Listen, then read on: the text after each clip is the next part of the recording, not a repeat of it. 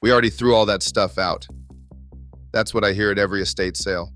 But somewhere in America right now, a single toy worth up to $4,200 is sitting in an attic box. It sat on a store shelf with a $12 price tag, got played with for maybe a week, and disappeared into storage. In 40 years of working estate sales, I've watched people sell these things for pocket change. Today, I'm counting down 10 ordinary 90s toys hiding real money, and more importantly, how to tell the one worth thousands from the identical looking version worth a quarter. Starting at number 10 with a toy that talked back. In the 10th place, the original 1998 Furby is the perfect example of a toy that fools people every day. Most Furbies are nearly worthless. If you find one loose, with dirty fur, missing its battery door, or just sitting out on a shelf, expect about $3 to $8, maybe $5 if you're lucky. Millions were made for the Christmas rush, and almost every attic has one tossed in a box. The name alone means nothing. Now here's the exception. A sealed box, not crushed, with an unusual color. Some colors, like the rainbow, cow, or special Christmas versions, came from tiny runs. These are the ones collectors want. The trick is, the box has to be closed, factory tape, still holding, cardboard, not caved in, and the color needs to be something you don't remember seeing in every store. A sealed rare colorway can bring anywhere from $150 to $600. Open the box, peel a sticker, or let the cardboard get wet, and the price drops to nothing. Dealers will try to pay you $5 and flip it for more, so check before you sell. Look for these in cartons marked Christmas or buried in holiday decorations. If you find one that matches, don't rush to sell. And if you want to see which stuffed animal is almost always worthless unless you spot a tag error, keep watching. Number 9. Beanie Babies. Here's the truth. Almost every Beanie Baby you find is worth less than a cup of coffee. About 98% trade for a buck or two, sometimes 3. That's what happens when millions of people hoard the same stuffed animal, thinking it would pay for college. Most investors lost their shirts. Don't get your hopes up just because you spot a bin full of these in the closet. The only reason to look twice is a printing error on the heart-shaped swing tag, the one hanging from the ear. Real value comes from a documented factory mistake, not just any odd tag. You're looking for a misspelled word, a wrong birth date, or a stray punctuation mark inside that red heart. Cross-check the swing tag with the tush tag, the white one sewn to the back. If both show the same error and the tags are crisp, you might have something. Some error bears, like the pinchers with a puncher's tag or the Millennium Bear with the wrong city, have sold for $80 to $1,200, depending on the exact error and the condition. But most so-called errors are common and don't add a dime. Never peel off a sticker or tape. Doing that ruins the value. Dealers will offer $1 and flip it for more if you don't know what to look for. If you're sorting stuffed animals in a plastic tote or on a shelf in a kid's old bedroom, check those tags before you sell. The next toy on the list is one that hides in jewelry boxes and dollhouse bins, but only if it's the right brand and era. 8th place, Polly Pocket. Most people find a tiny plastic compact, maybe shaped like a heart or a seashell, and think it's a throwaway. If the case is empty, cracked, or missing those inch-tall dolls, you're looking at $15 to $30, maybe less if it's beat up. That's the truth for most of them. But here's the catch. The rare ones come from the Bluebird era, before Mattel took over in 1998. Flip the compact over and look for the Bluebird name molded into the plastic. That's your first clue. Now open it. If the original dolls and accessories are still inside, and nothing's missing or broken, the value jumps. A complete set from the Bluebird years usually brings in somewhere between $150 and $400. Add the original box, and you're in the $1,000 range, sometimes higher for certain sets. These parts are tiny. Kids lost them, pets chewed them, and parents tossed the boxes. That's why a full set is rare. Dealers know this and will try to pay you for just the case, then hunt down the missing pieces to resell for more. Never peel off any stickers or tape if you find a boxed set. That kills the price fast. If you're searching, check the backs of closet shelves. inside old jewelry boxes, or anywhere small toys might hide. The next toy on the list is one that fooled even serious collectors when it first hit the shelves. Number 7, 1990s Star Wars figures, those Power of the Force reissues on green card backs. If you find one loose, out of the package, expect about $2. That's it. Doesn't matter if it's Han, Luke, or some random alien. Almost every loose figure from this line gets the same price at a flea market or estate sale. Most people bought these for a few bucks, opened them, and tossed the packaging. That's why the real money is in the rare survivor. A sealed card, back, flat, and unbent, with the hologram sticker still in place, and a factory error you can prove. Errors like a character with the wrong head, or a lightsaber that's the wrong length, those are the ones collectors chase. A sealed common example might bring $8 to $20, but a true error variant in factory packaging can hit $200, $400, even $700 if it's clean. The trick is the card and the figure both have to match the error list, no made-up stories, no swapped parts. And don't touch that tape or sticker. Tape pulls the printing right off the cardboard, and a peeled price sticker can wipe out 60 to 80% of the value. Never clean these with a wet rag. Do not peel, do not tape, do not clean. Dealers will offer you a few bucks and hope you miss the error.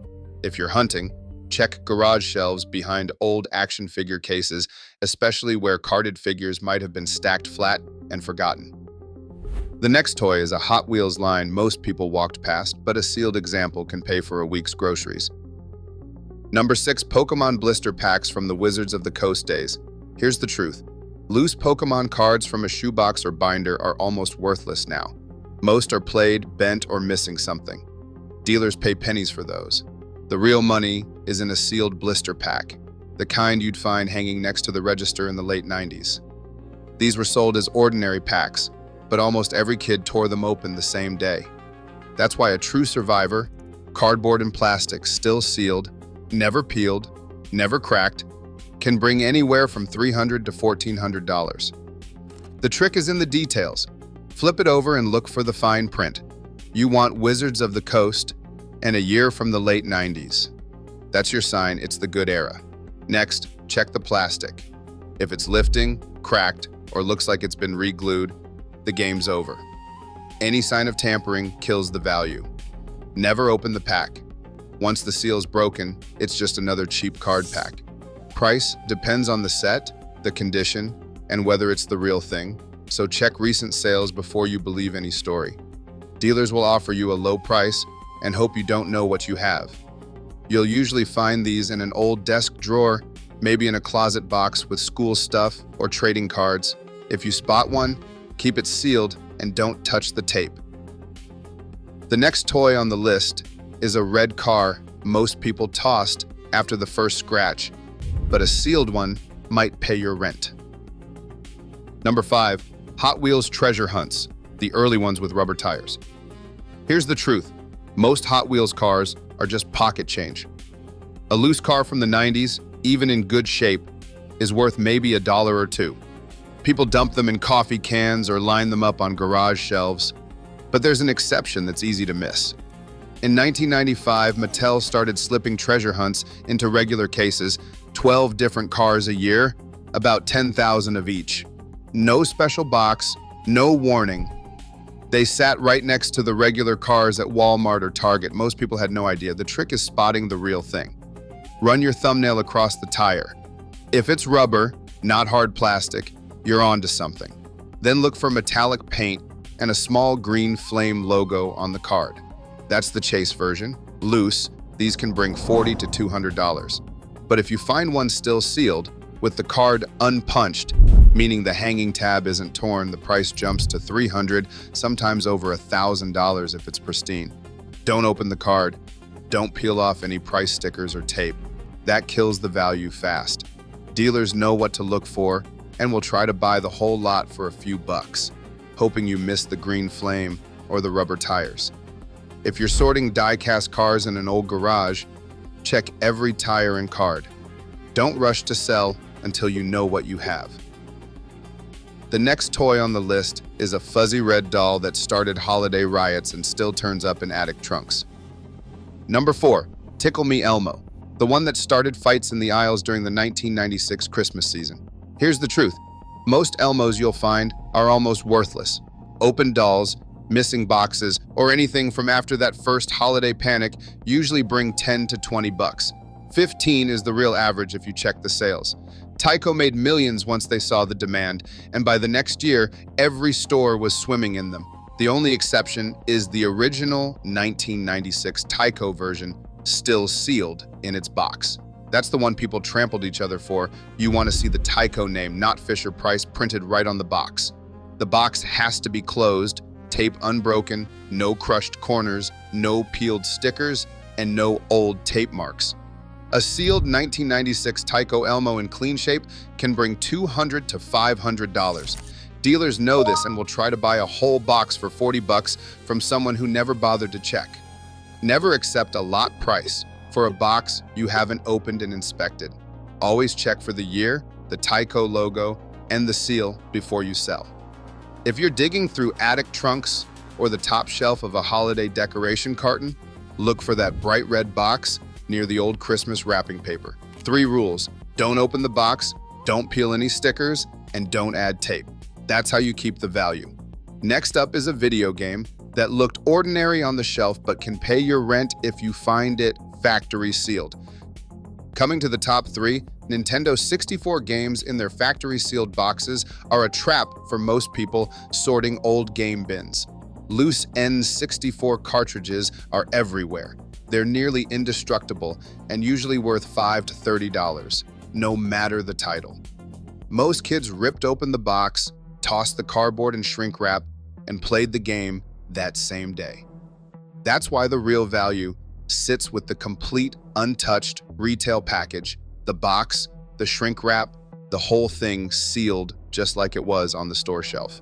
That's the exception. The box has to show the original factory seam, a tight V shape in the shrink wrap, with clean end folds on the sides. If the plastic looks loose, the folds are missing, or there are old rental stickers, it's likely been opened or resealed. That knocks the price straight down. A sealed common game can bring $200 to $800. For the right title, something like a Mario or Zelda in perfect wrap, it can hit $2,000 or more. But a loose cart, even in great shape, is still just a $20 game. Dealers know the difference and will offer you a bulk price for a box of loose carts, hoping you miss the sealed one at the bottom. Never peel off stickers or tape, never add new tape, and never open a sealed box to check the game. That ruins the value. If you're digging through a closet or a storage bin in a kid's old room, look for boxes tucked behind manuals, controllers, or loose games. The next toy is a pile of plastic bricks that could pay for a new appliance, but only if you spot the right logo and the box is still closed. Number 2, retired Lego sets from the 1990s, especially the big castle and space sets. Here's the plain truth. Most loose Lego bricks, mixed in a tub or missing parts, are worth next to nothing. Dealers will pay by the pound, same as any thrift store. That's the rule for almost every pile of bricks you find in a garage or basement. What matters is the box and the seal. Once Lego retires a set, they stop making it. No new supply, ever.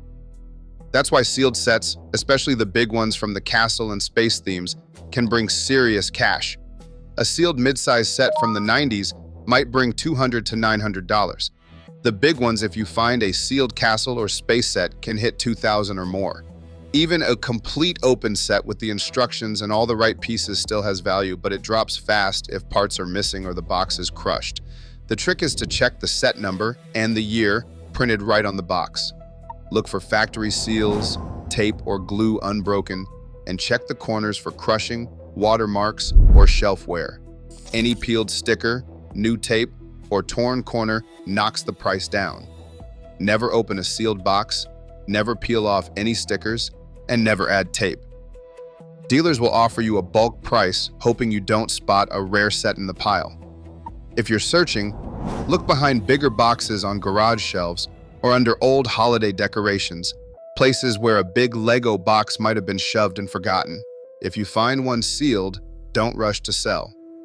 The last toy on the list is a cardboard box that can pay for a used car if you spot the right stamp.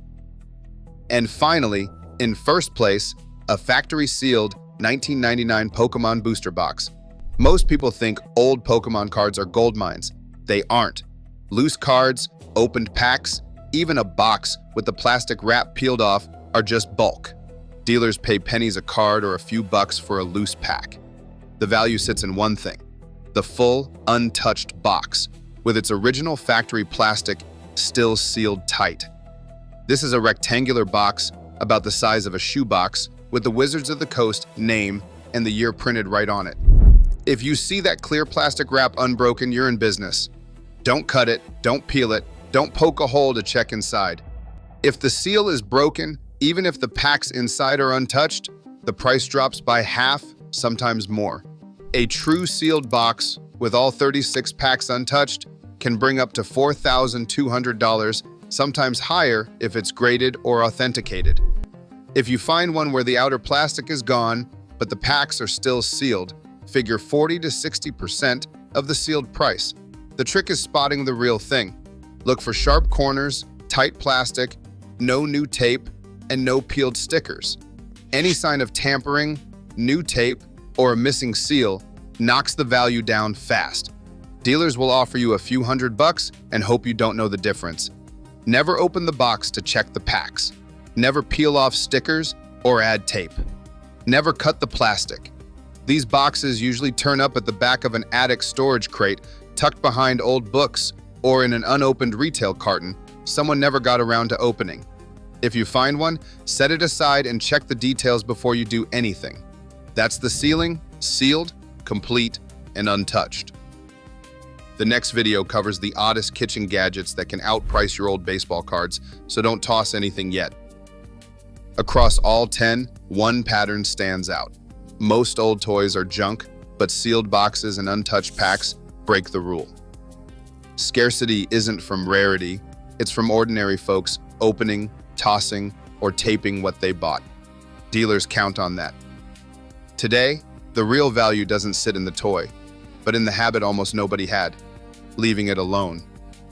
The attic lottery's still open. Check before you haul anything out.